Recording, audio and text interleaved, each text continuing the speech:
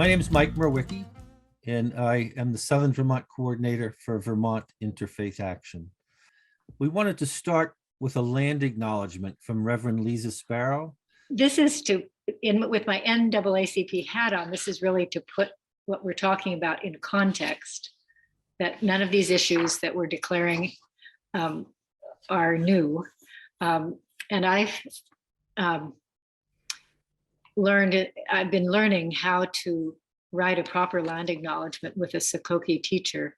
And that basically is a way to respect the fact that the tradition of a land acknowledgement is a Native American tradition.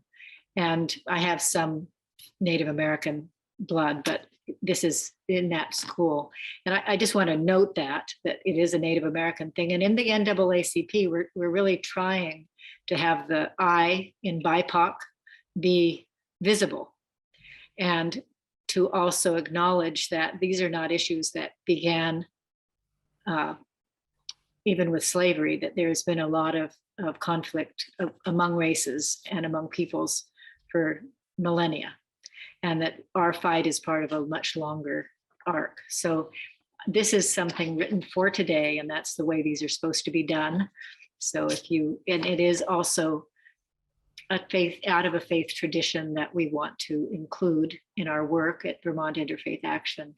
So if you would mind, I'll just read it for us. I just encourage you to relax and remember the day and the earth that we are sitting in and on.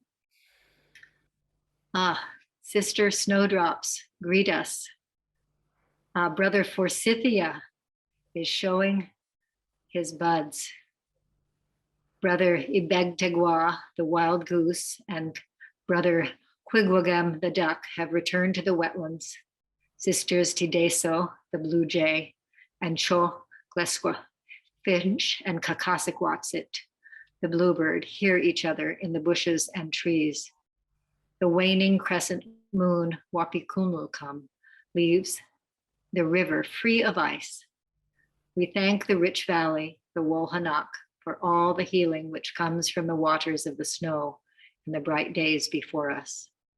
We recognize that for thousands and thousands of years, the ancestors enjoyed and cared for this place that they and we call home.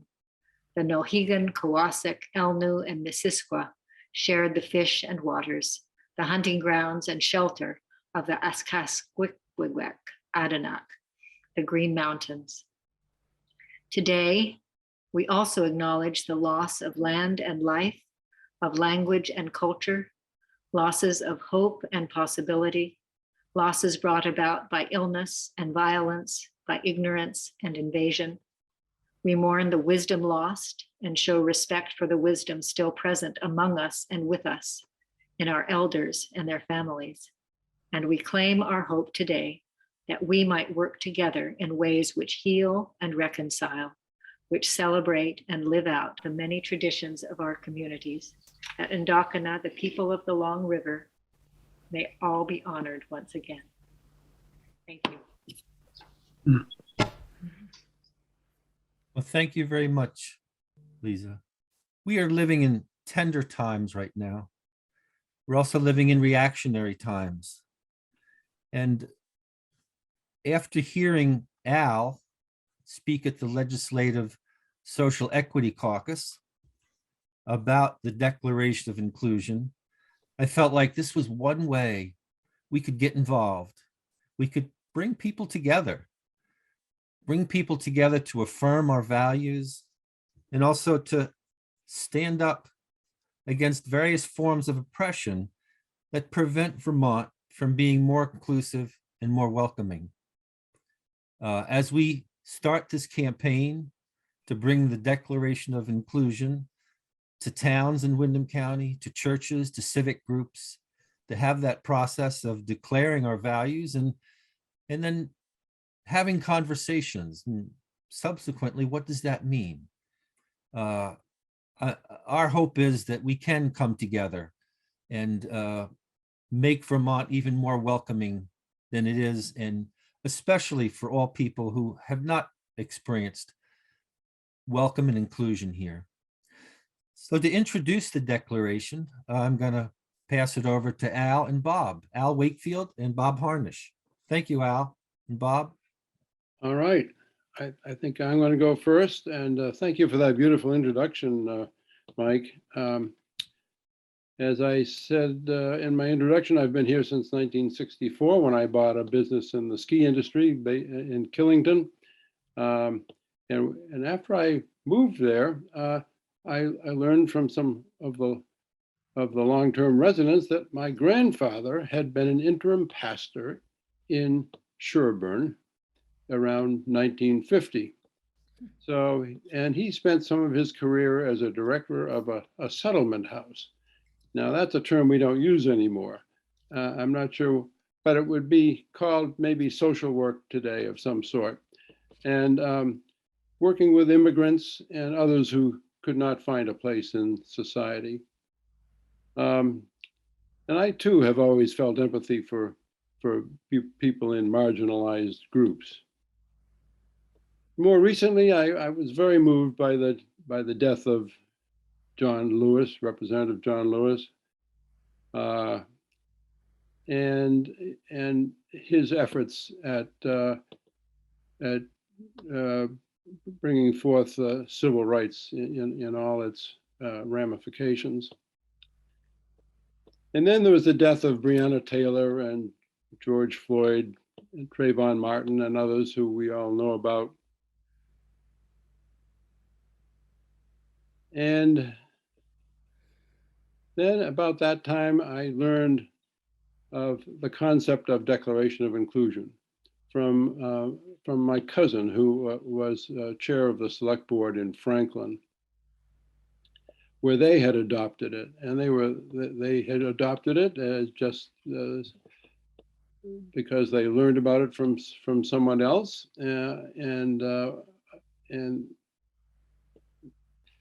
he offered to send me the wording. And I was so intrigued by that because it just seemed like the right thing to do, the morally right thing to do. And I gathered it, I presented it actually to the town of Pittsford, and it was adopted there, and then it was adopted by Brandon. And I thought, well, this may have some legs, and so I formed a team of a few people, well, actually of Al mostly, and then we added a few more people. So there's a total of 5 of us working more or less non-stop and unpaid, just because we just so believe in the concept of inclusion. And so the concept as being the right thing to do. And then about a year ago, the results of the 2020 census became public. And we learned that not only is the population of Vermont aging, but it's dwindling, or it's barely growing. I think it grew 10%. It grew 2% in 10 years. And some areas like Rutland County actually lost population. And what does that mean? I mean, it means that as a state, Vermont will have, unless we do something, Vermont will have fewer people of working age, but still the same infrastructure and the same services that need to be supported. And so, so then I realized, well, economically, having Vermont be a more diverse state is the right thing from that point of view as well. I mean, as we know, the United States is the most diverse country in the world, having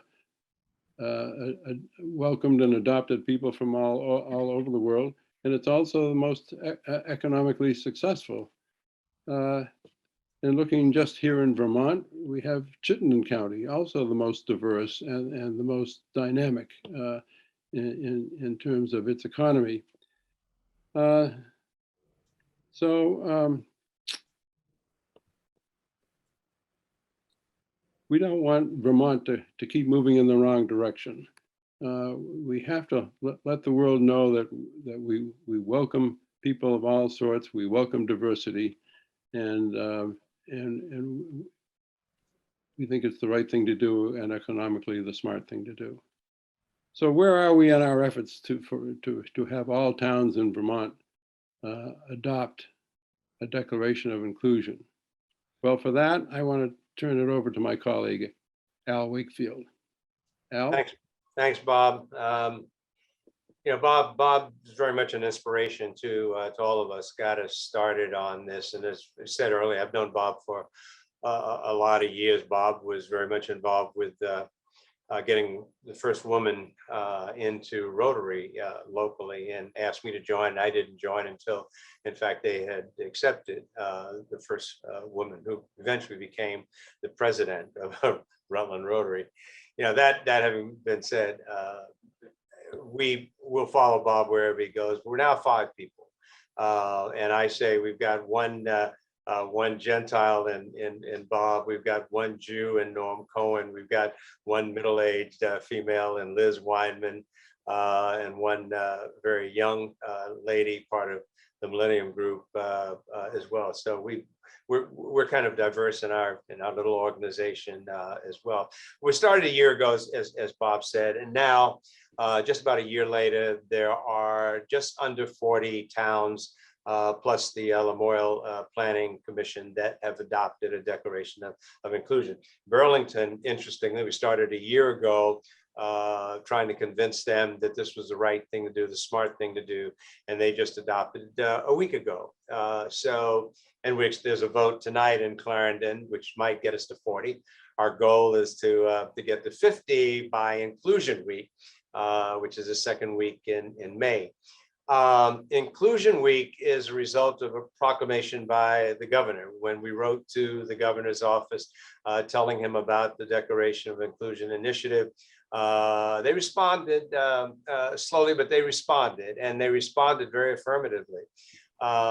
They, in fact, set into motion a proclamation for the Declaration of Inclusion, and also designated the second week in May as Inclusion Week. And the 2 proclamations are very extensive, very comprehensive, and modeled after the original Declaration of Inclusion, which Bob brought forth. Most communities have adopted the Declaration of Inclusion as we recommended, but some have tailored it to their own situation, their own unique situation. We've said that while we think what we've done is expresses the commitment that we want towns to take and to act on, it really becomes even more important when towns say, well, we've got a unique situation here and we'd like to do this a little bit differently. And for the most part, what they've done has been very, very much along the lines of what we've developed, certainly encompassing the spirit as well as the intent of the original Declaration of Inclusion. And so we're 10 off from our goal of next in another month and a week or so. We think we'll get there, but if we don't, we'll continue to press on, because our goal for the next 360 days is another 50 towns. So 100 towns by May of 2023. And if we do that, we'll have a sizable part of Vermont's population that will have adopted. The first piece of the Declaration of Inclusion is adoption. The second piece is implementation. And words are, anybody can say stuff, but it's really the proof is what you do about it. And so we've issued some guidelines. We have a website, vermontdeclarationofinclusion.org, given to us by the Vermont Chamber of Commerce. And we update that as towns do adopt, and as we learn more about what towns are doing to implement. And so we're sharing ideas between towns and between people and select boards and all that, with the hope that towns will be motivated to adopt and to implement. We don't know what the governor's planning. We've been told he's planning something for Implementation Week. We've encouraged him to recognize those towns that have adopted, to challenge the rest of Vermont's towns to adopt. and giving them some ideas of what they can do, with the overshadowing concept that growth, financial growth, economic growth is really dependent on Vermont being known as a welcoming place where all kinds of people can come and go, achieve their professional, personal goals, prosper, feel safe, and move on with their lives in a very, very happy way. So that's in brief what we've been doing. Working, as Bob said, without pay, but we get a tremendous psychic reward for what's happening throughout Vermont. And this is today just an indication of that. Sure. Thank you so much, Al and Bob. At this point, I'm going to ask Reverend Debbie Ingram, who's the Executive Director of Vermont Interfaith, if she would care to share some words about today's event and Vermont Interfaith Action. Yes, thank you, Mike, and thank you everybody for having me. I am Debbie Ingram, as Mike said. I'm a United Church of Christ ordained minister, and I've been the executive director of Vermont Interfaith Action for 15 years now. And VIA is a coalition of over 70 member and affiliated congregations of many different faiths. We have 4 professional organizers based in 5 different regions, but we also extend to other parts of the state through our affiliated congregations. And our membership encompasses about 16,000 Vermonters. And our mission is to focus on trying to affect systemic change around issues of social justice.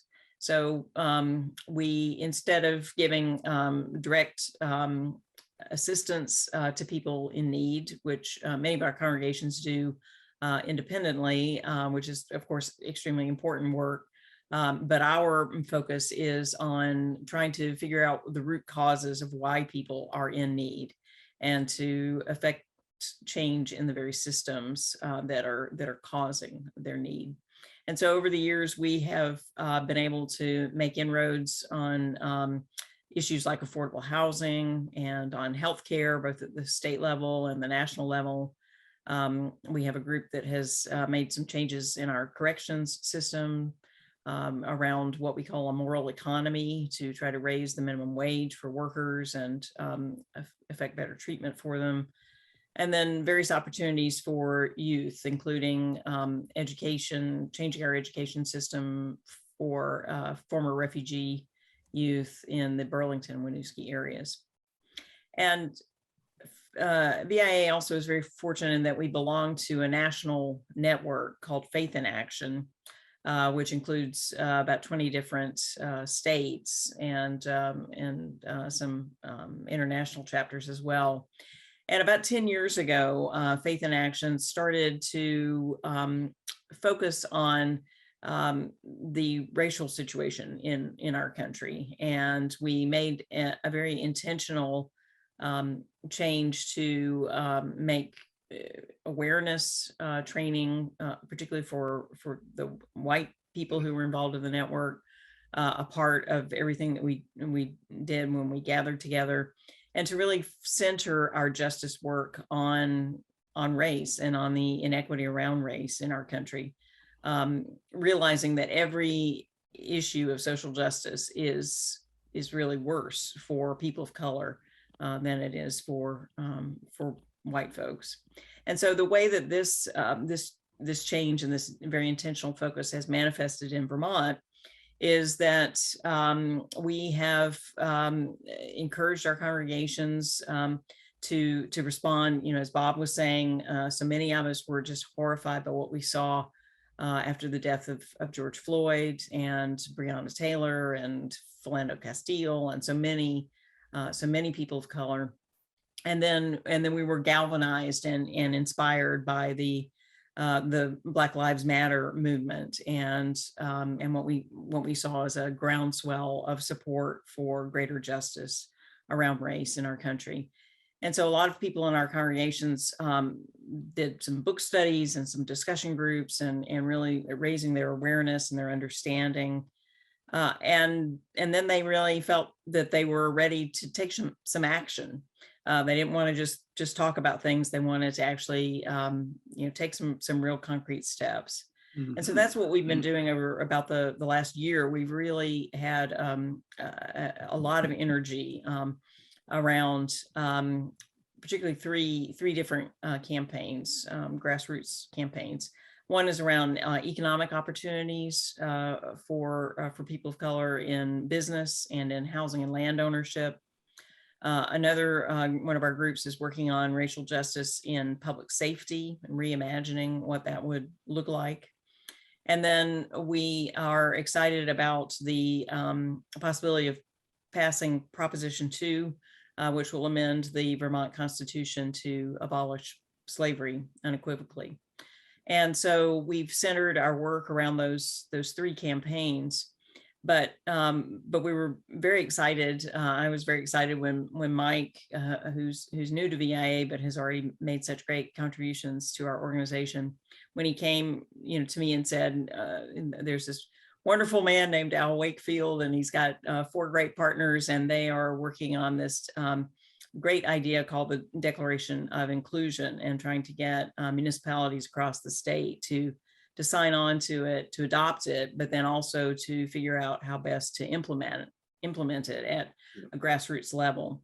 And that works, that aligns so well with our model, which is very grassroots oriented, which is very relational, and which is very methodical in making change and taking small steps, manageable portions of issues, and then really making a strong impact on them. And so we are looking forward to helping to spread the word about the Declaration of Inclusion, to hopefully figuring out ways that we can collaborate with all of you on the 3 issues that I mentioned that we've already started taking up around racial justice. And we really are looking forward to being effective allies in this struggle to make our world a better place, and to make Vermont a more equitable and just and compassionate state for everyone. And so again, thank you very much for having me today, and we look forward to working with you well into the future on this. Thank you so much, Debbie, and thanks for that background on Vermont Interfaith. I am going to ask Katie G. Berg of Dummerston to share some words next, but I'm also going to mute everyone so we don't have background noises.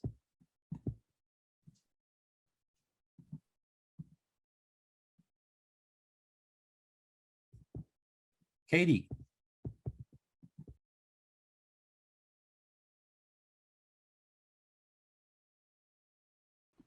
Okay, I think I'm unmuted now.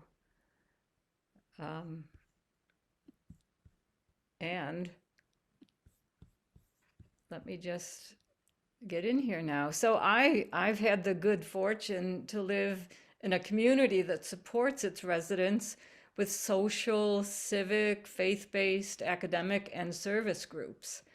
And one heartening expression of support came as a non-binding resolution at Dummerston's town meeting on March 6th in 2018, whereby the people of Dummerston resolved to strive as a compassionate community, to understand others' views, and to relieve the suffering of others in our town. So that's some history. And then one organization that I especially value is Dummerston Cares, a group of volunteers whose mission is to provide helping hands for our neighbors. And as a member of Dummerston Cares Board of Trustees, I recently helped to adopt a declaration of inclusion that proclaims, Dummerston Cares welcomes all persons, regardless of race, color, religion, national origin, sex, gender identity or expression, age, disability, or economic status. We reject discrimination in all forms and commit to fair and equal treatment of everyone in our community. We value respectful civic engagement in all forums. And another board member of Dummerston Cares, the Reverend Sean Bracebridge, is the pastor of the Dummerston Congregational Church. And he realized that Dummerston Cares' declaration of inclusion was similar to the mission of the Dummerston Church. And the trustees of the church recently voted on a resolution to fully support Dummerston Cares' declaration of inclusion. A trustee said that they can make a public endorsement of Dummerston Cares' declaration of inclusion at an upcoming congregational meeting. So I think that we citizens of Vermont are forming a melting pot of society. And some have lived here for generations and have strong traditions tied to culture and place. Others have chosen Vermont more recently and bring their own traditions and culture. And my family's experience of moving here nearly 20 years ago is a hybrid experience. My spouse was returning to a state where his grandparents were dairy farmers 100 years earlier. Part of our family's heritage comes from traditional Vermont that dared people to broaden their experiences out of state. Much of that tradition called my family back to an enterprising and authentic society that values fairness and support for each other when in need. And when we see neighbors who need fair treatment and opportunity, I think that we all rise when we help our neighbors rise. So I'm honored to support a declaration of inclusion as a reminder of Vermont's culture of fairness. Thank you for listening. Well, thank you, Katie. And thanks for bringing that to these other organizations as well. We want to keep spreading this, spreading the good word. Next, I'd like to introduce Guy Wood, representing the Brattleboro area Jewish community. Welcome. I've had good conversations with the board of the BAJC, and as a former board member and former president, they think I could do this. I'm glad to support me, as well as the Rabbi Jeman. Maybe some things to share. What brings me here? One is that Judaism has a commitment to justice in a full sense of the word, not a revengeful sense of the word. There's quotes from Isaiah, and that's in that. On a personal level, as a college freshman, I was shocked by what I was seeing happen, and that made me get on a bus to go to Selma, Alabama on the last couple of days of the march. And I went there to support what they were doing, but I've always felt like I was given a tremendous gift that I benefited far more than my being there. It benefited me far more than it benefited them. It's just a feeling, but I think it does recognize the issue that that we're not free until we're all free. To share with you, my dad was a AFL-CIO construction worker around St. Louis in my teens, and they had a grandfather clause, which meant that I could be a cement finisher as long as my dad was, which was just an example of how policies hold, in this case, racism in place. Blacks couldn't get out of the labor. They were laborers, but they couldn't get into a journeyman position. Just to share, a couple of years later in college, I read in the New York Times that the Berkeley City Council had come out, this is 1968, had come out against the war, Vietnam War, and they were criticized for it. And their response was, let's see if I get the quote right, that to be concerned only about the streets and sewers of our city and not the lives of our young men seems like a limitation on what we're about in a better world. So I think of municipalities, to me, that it's about people and making our lives work. Trying to think of anything else to share. Just a final comment. When I read the Declaration, what occurred to me was that it was a commitment against all oppressions and the ways we can identify them. And it makes me glad to support it. So thank you. Yeah, thank you, Guy, and thank you for that personal sharing. It's quite apparent you're continuing that work from long ago today, so thanks. Next, I'd like to ask the Reverend Lisa Sparrow to share some remarks. Oh, hi, everybody. Most of you know me, so I think I'll just talk a little bit about the work of the NAACP and how it might partner with the work of Vermont Interfaith Action and the Declaration of Inclusion. I'm a big believer, as many of you know, in working together and have it as a way of really having a synergy that's greater than the sum of the parts. The NAACP is the National Association for the Advancement of Colored People.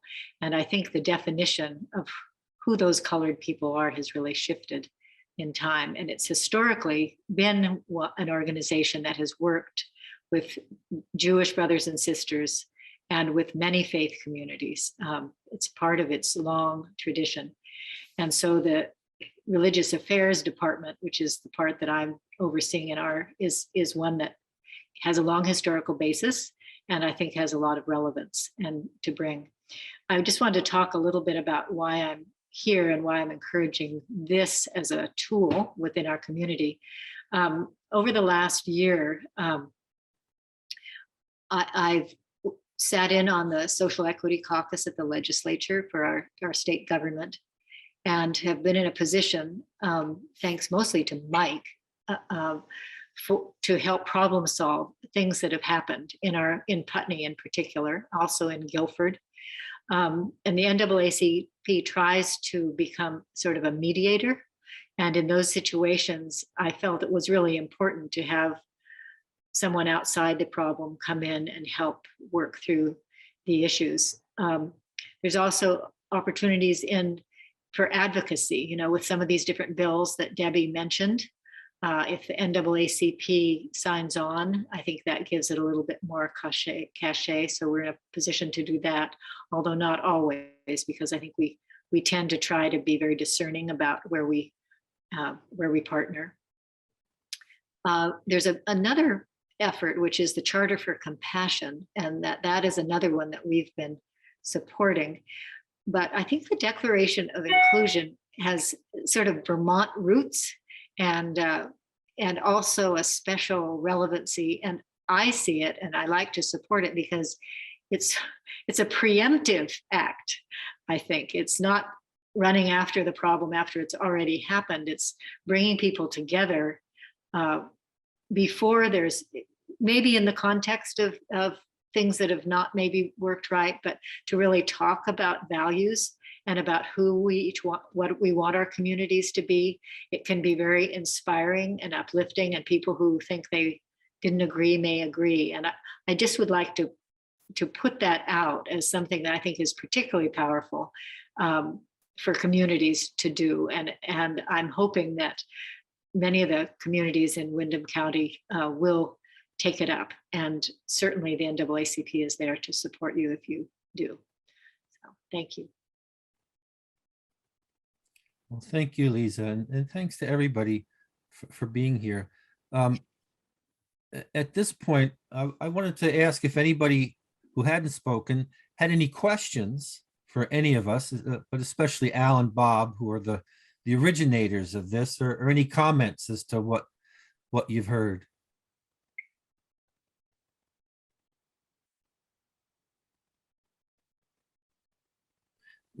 Julie, we're going on the auction action here.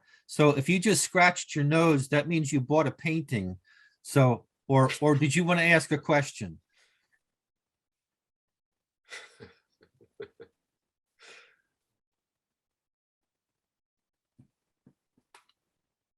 Well, thanks, everybody.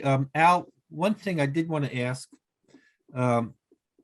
we've got the Declaration of Inclusion, and I think Katie has given a good example of how it can be amended for different areas. But is this a one-off? What's next after we sign the declaration? What would you like to see happen after we get these towns to sign on?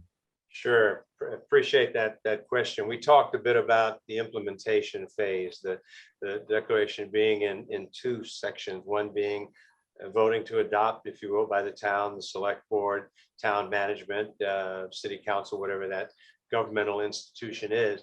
And the second part being adopting and I'm sorry, implementing, and that means developing programs, policies, procedures, etc., in each town to support the meaning of the declaration.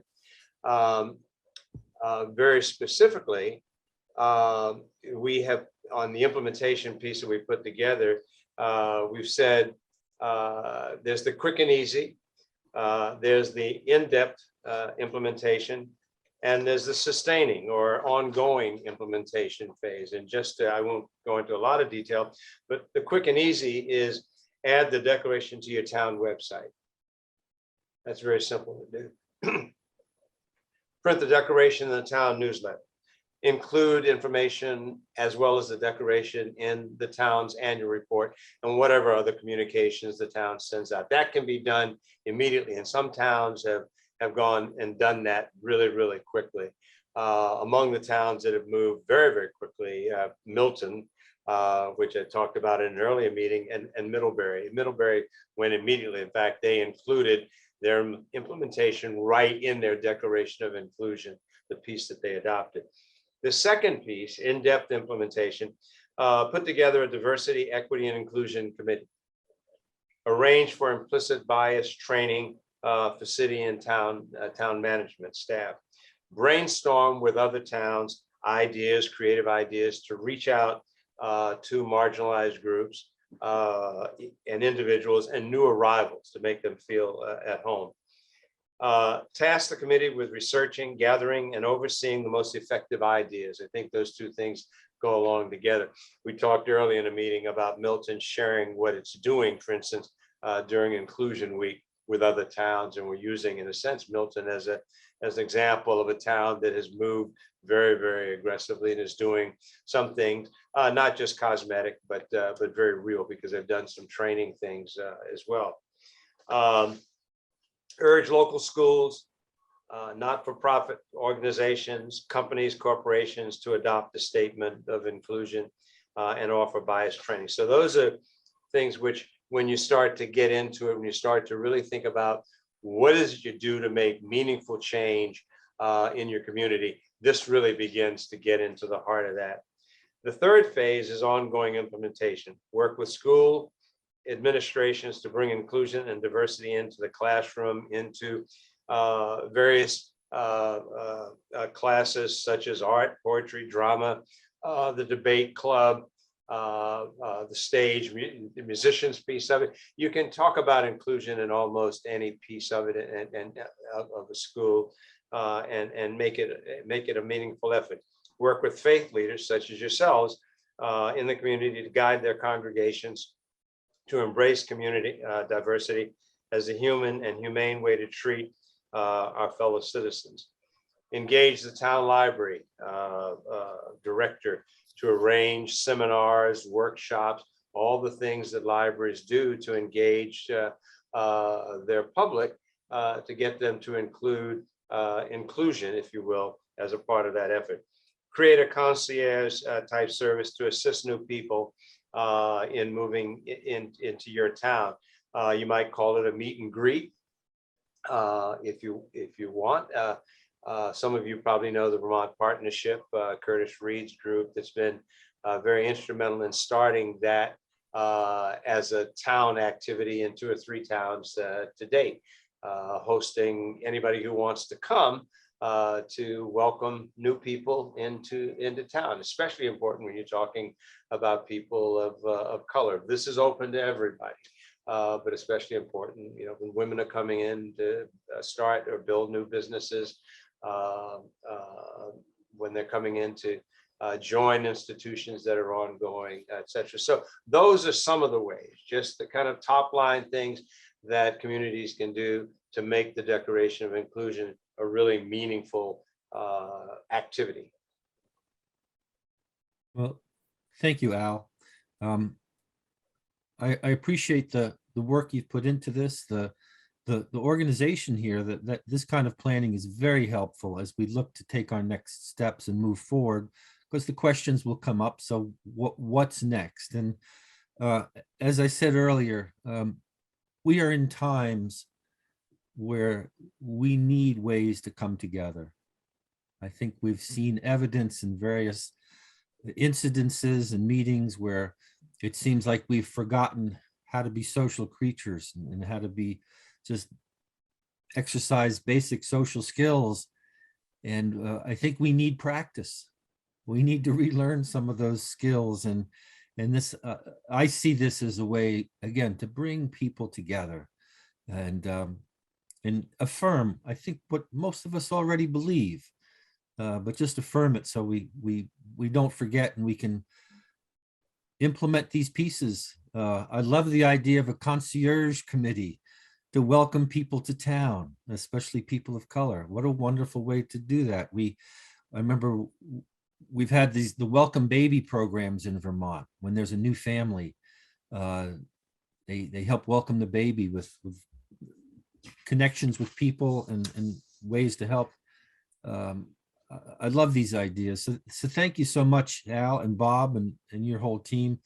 And I did want to share too, I had a great conversation with Betsy Bishop last week. She's the president of the Vermont Chamber of Commerce. And I wasn't aware that she was the one that set up your website for you. And she is on board with both feet to get the business community involved in this too. And I think that's what we need, because as she said, this is good for business. Absolutely. We think it's key. We learned of Betsy. I mean, we knew of her, but after she did her goals for this year, we listened to what she said, and we listened to the governor when he did his State of the State talk. And it was very interesting because they talked about all of the things the state needs to grow, and inclusion was a part of it, but inclusion was last. And Bob and I looked at that and listened to the words and said, inclusion is not last, inclusion is number one. You can't do all of these things without having people. And having people in this country means having people of every sex, every ethnic background, every race, etc. As Bob said earlier, the state is losing people. It is totally dependent upon having an environment which is safe, which is welcoming, which encourages people to come and stay and bring their families, which gives them support when they're here, moral support, emotional support, intellectual stimulation, et cetera, et cetera. So this is big. It's not, as Bob said, this is not just a moral thing to do. It is important. Downtowns in Vermont are dead on Saturday afternoon. There are vacant spaces up and down in just about every town, with the exception of the 3 or 4 largest towns in the state. And if those places are going to be viable, we've got to have people coming into the state. Either that or everybody on this program is going to have more babies.